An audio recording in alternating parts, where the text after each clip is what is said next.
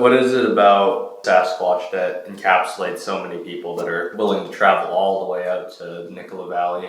Well, I think first and foremost, people love a mystery and people like to try to solve mysteries. The Sasquatch lore, which is ingrained into British Columbia culture for centuries, is just another aspect to that as well.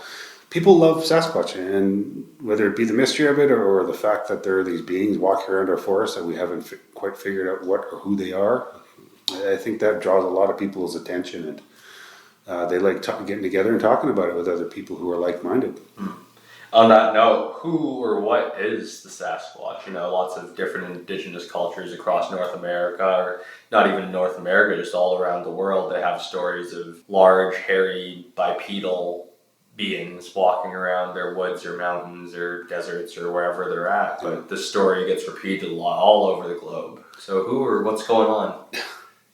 That is a difficult question to answer because I have no idea.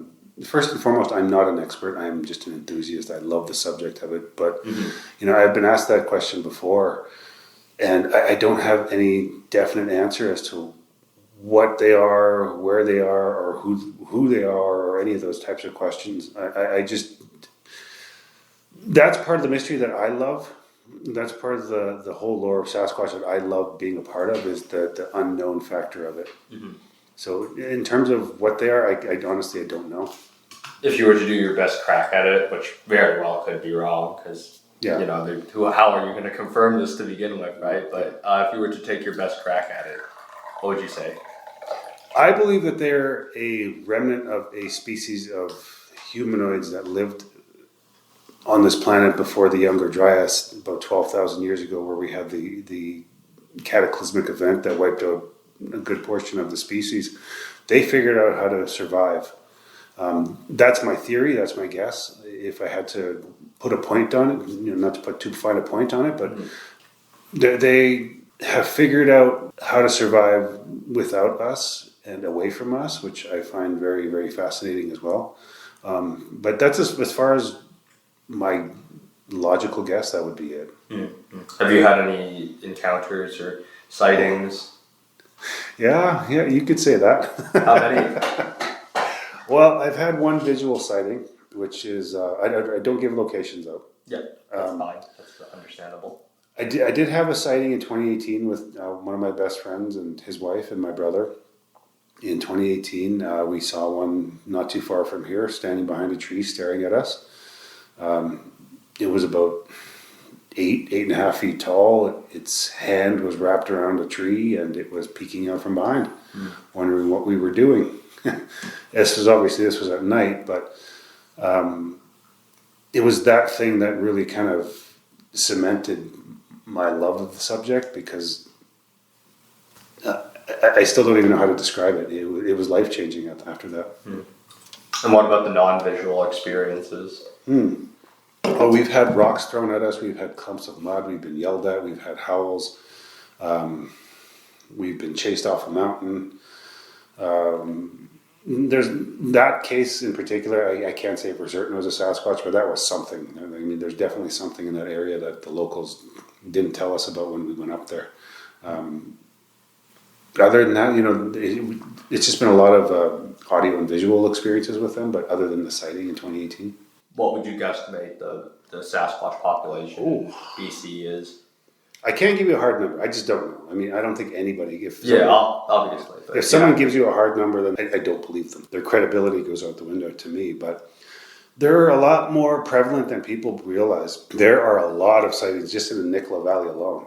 And it goes back to the same reason that I said earlier, is that people don't want to talk about it because there's a stigma attached to it. But I know at least 4 people in this area who've had the same encounter as I did in the same area. So, could it have been the same one? Sure. Could it have been more than one? Absolutely. In terms of the population, I think there are a lot more out there than people realize. I guess to make the area, because the bigger you make an area, the harder it is to guesstimate this sort of stuff.